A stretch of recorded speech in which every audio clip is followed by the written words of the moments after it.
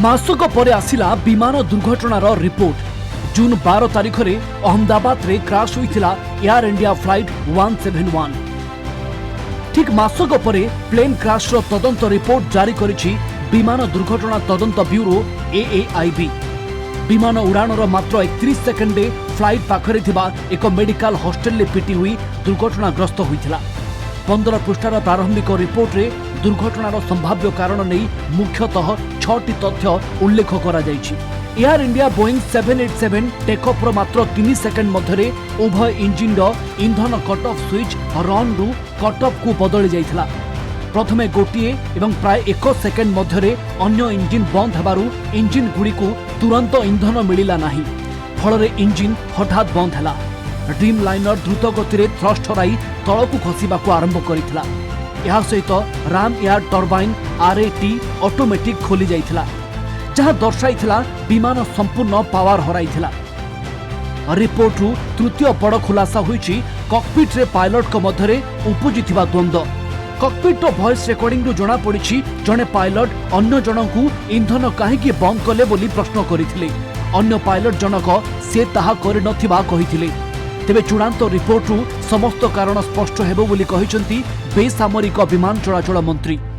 It was a very challenging task. In fact, for the first time, safely securing the black box and trying to decode the data and everything being done in India itself in the lab in Delhi for AIB, first of its kind. So I'd like to appreciate all the efforts they have put in to do a very transparent, very mature, professional way the investigation has been done, and also all the international protocols have also been respected and followed.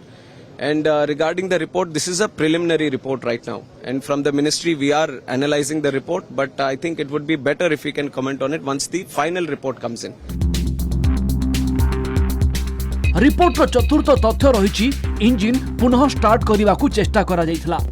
प्राय 10 second मध्यरे switch गुडी को run को फेरिथिला। गोटी engine आंशिक भावे पुनः चालित होइथिला, किंतु यहाँ परे मे डे घोषणा करिथिले पायलट। पायलट को पाखरे दुर्घटना घटिबा पूर्वरु यथेष्ट समय नथिला। टेक ऑफ प्राय 29 सेकेंड मध्यरे यह होइथिला। तदंतरु एजाए कोनोसी यांत्रिक त्रुटि मिली नाही। प्राथमिक तदंतरु जणा पड़िछि इंजिन रे कोनोसी त्रुटि नथिला। इंजिन बंद करिबा पई थिबा यंत्रांश रे कोनोसी यांत्रिक त्रुटि मिली नाही। AIB तदंत करुछि स्विच गुडिक जानिशुणी बदला जाइथिला ना स्विच रे त्रुटि थिला। अमेरिका NTSB एवं FAA बोइंग और GE तदंत रे सहयोग करुछंती। विशेषज्ञ माने कहउछंती एभली स्विच गुडिक आकस्मिक भावे सहजरे बदली होई नाही, जानिशुणी बंद करा जाइथिबो किंबा विरल त्रुटि जगु एभली होइथिबो।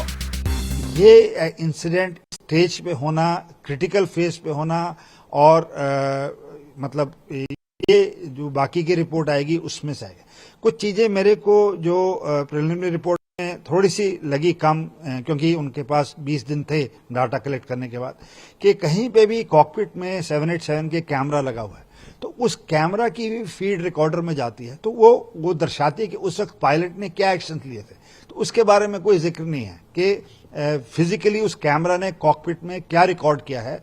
तो वो भी जब एक्सीडेंट की फाइनल रिपोर्ट आएगी तो कहीं ना कहीं उसका जिक्र भी पाया जाएगा। There is no unintentional, and here the pilot is denying. You know, in the cockpit, the pilot is denying.